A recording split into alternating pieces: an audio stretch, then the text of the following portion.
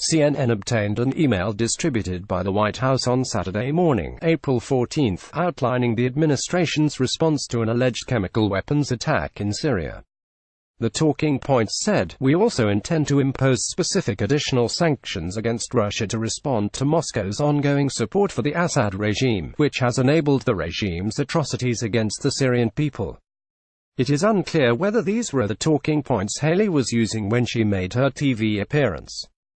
The talking points in the email included wording criticizing Russia for standing in the way of every effort the United States and our partners have taken over the past year, as well as for repeatedly undermining international efforts to pressure the Syrian regime to surrender its remaining chemical weapons stockpiles and completely destroy its program. Surrogates were told to point out that Russia used its veto power 6 times over the past year to block UN Security Council resolutions that would have held Syria accountable for using chemical weapons, and that, most egregiously, Russia took away the world's ability to attribute the chemical weapons attacks in Syria by vetoing the renewal of the UNOPCW Joint Investigative Mechanism, an impartial, independent technical body mandated to investigate responsibility for chemical weapons use in Syria. Haley announced on CBS's Face the Nation on Sunday that the U.S. Treasury Department would formalize additional sanctions on Russia the following day, but the Washington Post later reported that President Donald Trump had yet to sign off on the move. The administration's attempts to roll back Haley's Sunday comments rippled across Washington, and White House economic advisor Larry Kudlow's comment that there might have been some momentary confusion from the UN ambassador prompted a sharp rebuttal. "With all due respect, I don't get confused," Haley shot back at Kudlow on Tuesday. Two administration officials familiar with the matter said Trump changed his mind about imposing additional sanctions, and that was not communicated to Haley. One source described the matter as a communication breakdown. Sources said that when Haley made her television appearance Sunday, it was based on accurate information she'd received in a briefing from the White House. A source with knowledge of discussions said Trump wasn't happy that Haley was speaking publicly about the sanctions before he was ready. The source said Trump was also annoyed that, to his mind, Europeans weren't taking as much punitive action against Russia. Administration talking points, as distributed April 14. Top-line talking points: Syrian strike on Friday evening. 3 chemical weapons facilities maintained by the regime of Syria were targeted by US, French, and British forces. Our strikes were focused on crippling Syria's chemical weapons capabilities and deterring the further use, consistent with US and our allies' policy on Syria. These CW attacks by the Syrian regime violate its obligations under Security Council Resolution 2118 and the Chemical Weapons Convention, and Assad should be held accountable. The United States has tried repeatedly to use diplomatic, economic, and political tools to stop the Assad regime's use of chemical weapons. We have sought action at the UN. We have tried imposing sanctions in partnership with the EU and other countries. However, Russia has stood in the way of every effort the United States and our partners have taken over the past year.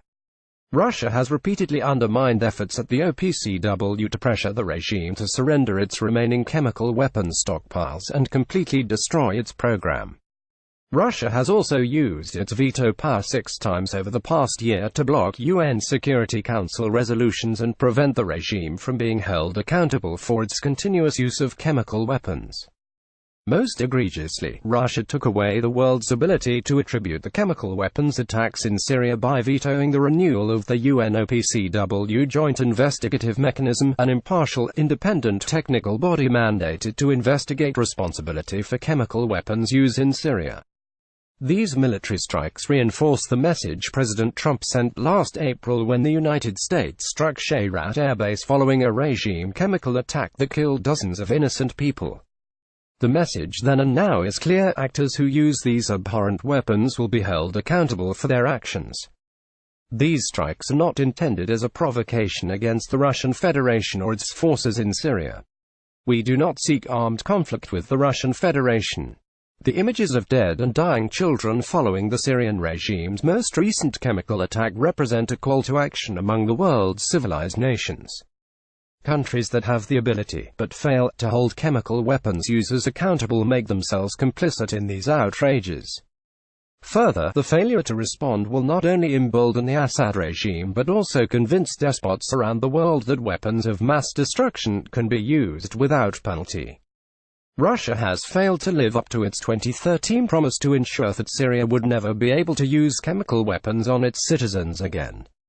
The purpose of these recent military operations taken together with key partners is not simply to hold Assad and other Syrian regime officials accountable for these atrocities, but to degrade the regime's capability to commit them, and to deter the use of these grotesque weapons in the future by the Syrian regime. We also want to ensure that evil regimes and terrorists understand this message of deterrence. Everyone must understand that the costs of using chemical weapons will always outweigh any military or political benefits. Punishing the use of the world's most abhorrent weapons is essential to preventing the normalization. With each chemical attack that goes unpunished, the world grows progressively desensitized to the horror. If this trend continues, we can expect the increased acquisition and use of these weapons by additional states in the future, and that undermines the security of us all. As state inventories of nuclear, chemical, and biological weapons and the materials used to produce them grow, so does the likelihood that these weapons will fall into terrorist hands. Deterring state possession and use of weapons of mass destruction is therefore crucial to keeping these weapons beyond the reach of terrorists who, like Assad, would use them. Our strikes against Syria are part of a broader U.S. effort to deter and denormalize the use of chemical weapons. Over the last year, we have imposed hundreds of sanctions on individuals and entities complicit in chemical weapons used in Syria and in North Korea, and designated entities in Asia, the Middle East, and Africa that have helped facilitate WMD proliferation activities. We also expelled 60 Russian intelligence officers working under diplomatic cover in response to Russia's use of a chemical weapon in the UK. In response to this attack, we will have designated additional entities whose support is critical to the Assad regime's CW use. We will continue to find those aiding, abetting, or performing such crimes to call them out and prevent their illicit activities. The U.S. and its allies made efforts to minimize the risk of civilian casualties in planning and execution of these strikes. For all these reasons, these strikes were legitimate, proportionate, and justified. The United States and our allies call upon Syria to immediately declare all aspects of its chemical weapons program to the Organization for the Prohibition of Chemical Weapons (OPCW), destroy its remaining chemical weapons stockpiles, dismantle its chemical weapons program entirely, and cooperate fully with the OPCW. We call on Syria's protectors to ensure that this time Assad complies. We anticipate a significant increase in social media disinformation by malign actors, as we have seen in the past. Implications for Russia: these strikes are intended as a response to the unconscionable chemical weapons attacks by the Assad regime, and not as a provocation against the Russian Federation or its forces in Syria. These military actions were designed to respond to the Syrian regime's chemical weapons use and degrade its ability to produce and use chemical weapons, and to deter any further Syrian regime use of chemicals weapons.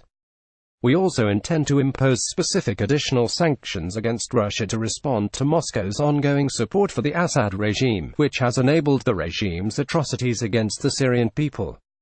The message that Russia should take from our actions is that it cannot pretend to be a responsible member of the international community while supporting this odious regime.